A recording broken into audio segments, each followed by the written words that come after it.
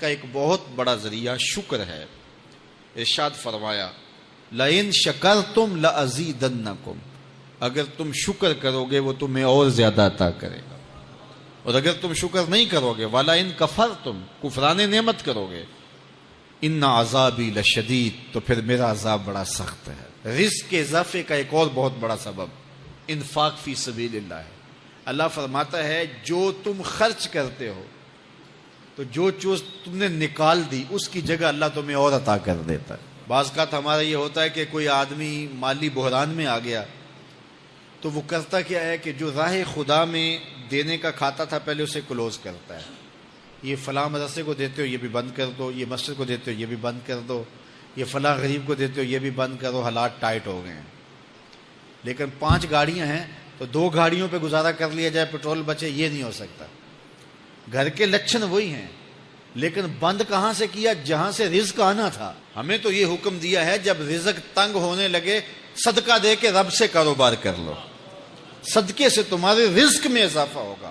یہ رب کا وعدہ ہے اور اللہ کے وعدے جھوٹے نہیں ہو سکتے. رزق کی برکت کا ایک اور بہت بڑا ذریعہ النکاح ہے. فرمایا اگر تم نکاح کرو گے، تم فقیر ہو وہ تمہیں غنی کر دے گا. لوگ کہتے ہیں بچہ پیروں پہ کھڑا ہو لے تو پھر نکاح کریں گے. اللہ کہتا ہے تم نکاح کرو ہم پیروں پہ کھڑا کر دیں گے. ہمارا فلسفہ اپنا ہے، اس کا حکم اپنا ہے. وہ کہتا ہے ابھی تو یہ اپنے لیے نہیں کماتا تو جو آئے گی اس کو کہاں سے کھلائے گا؟ میاں جس نے آنا ہے اس نے اپنا رزق لے کے آنا ہے. تو بچوں کی شادیاں کرو، اگر وہ جوان ہو گئے رزق نصیب ہوگا. اپنے اہل خانہ کو نماز کے حکم دینے سے رزق بڑھتا ہے. چونکہ جو صبح کا وقت ہوتا ہے یہ رزق کے بٹنے کا وقت ہوتا ہے، اور جس گھر میں صبح کے وقت لوگ سوئے ہوئے ہوتے ہیں وہاں بے برکتیاں ہوتی ہیں. تو طلوع فجر سے لے کر کے طلوع آفتاب تک اپنی اولاد کو، بیوی کو، بچوں کو نہ سونے دیں. اس وقت رزق بٹنے کے لمحے ہوتے ہیں.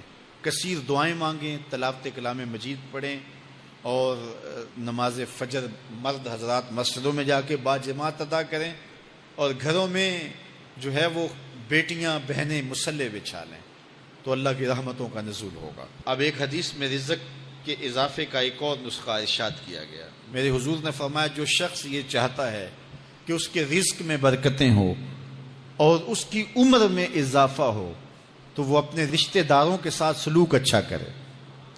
رشتہ داروں کے ساتھ اگر اچھا سلوک کرو گے تو پھر تمہارے رزق میں برکت ہو. غریب ہیں تو ان کی مدد کرو، ان کی بیٹیوں کی شادیاں اپنے ذمے لے لو اگر اللہ نے آپ کو وسعت دی ہے. ان کی پریشانیاں بانٹ لو، ان کا قرضہ ہے تو اتارنے کی کوشش کرو، ان کو مشکلات سے نکالنے کی کوشش کرو. تم ان کو مشکلات سے نکالو گے اللہ تمہیں مشکلوں سے نکالے گا. تمہارے رزق میں بھی برکتیں ہوگی اور تمہارے مال میں بھی برکتیں ہوں.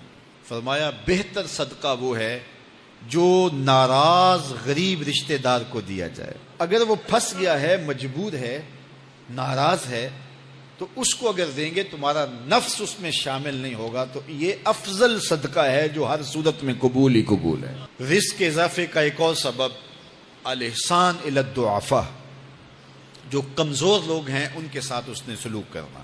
الانفاق علی طلبۃ العلم، طالب علموں پہ خرچ کرنا، یہ بھی رزق میں اضافے کا سبب اور ذریعہ ہے. وہ حضرت بابا فرید نے کہا نا 6واں رکن دین کا روٹی ہے.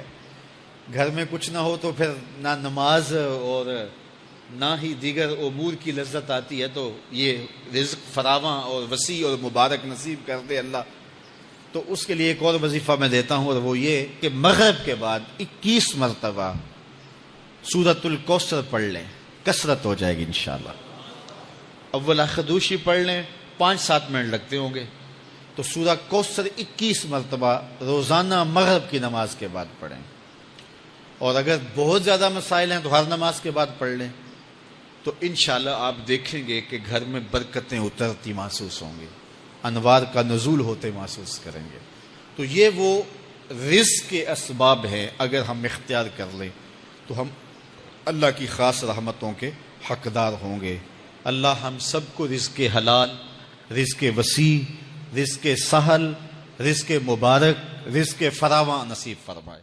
علیہ السلام پر درود پڑھنے سے انسان خود سنورتا ہے اور اللہ کی رحمتیں اس پر نازل ہوتی ہیں۔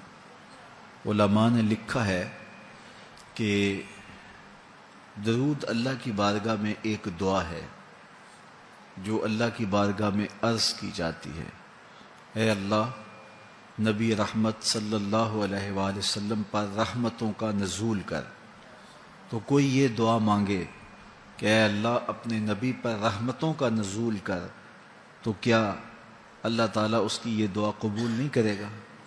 تو درود ہر صورت میں قبول ہے۔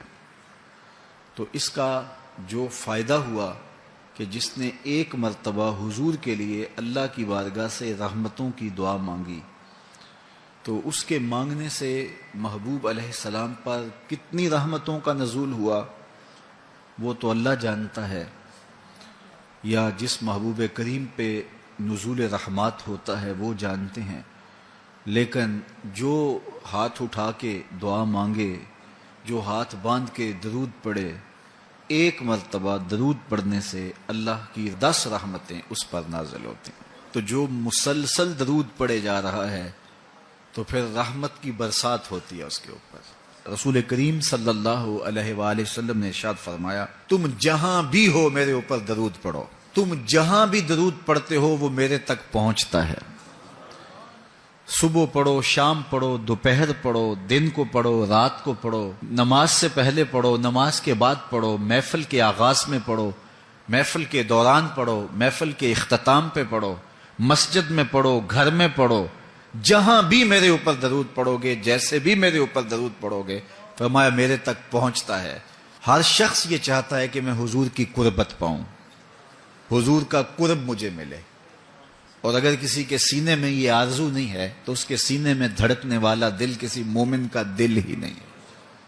یہ میری بھی آرزو ہے، گناہ گار ہونے کے باوجود آرزو ہے، آپ کی بھی آرزو ہے، آرزو تو کی جا سکتی ہے، چونکہ کرم ہوتے دیر نہیں لگتی، وہ جس پہ چاہے کرم فرمائیں۔ تو اگر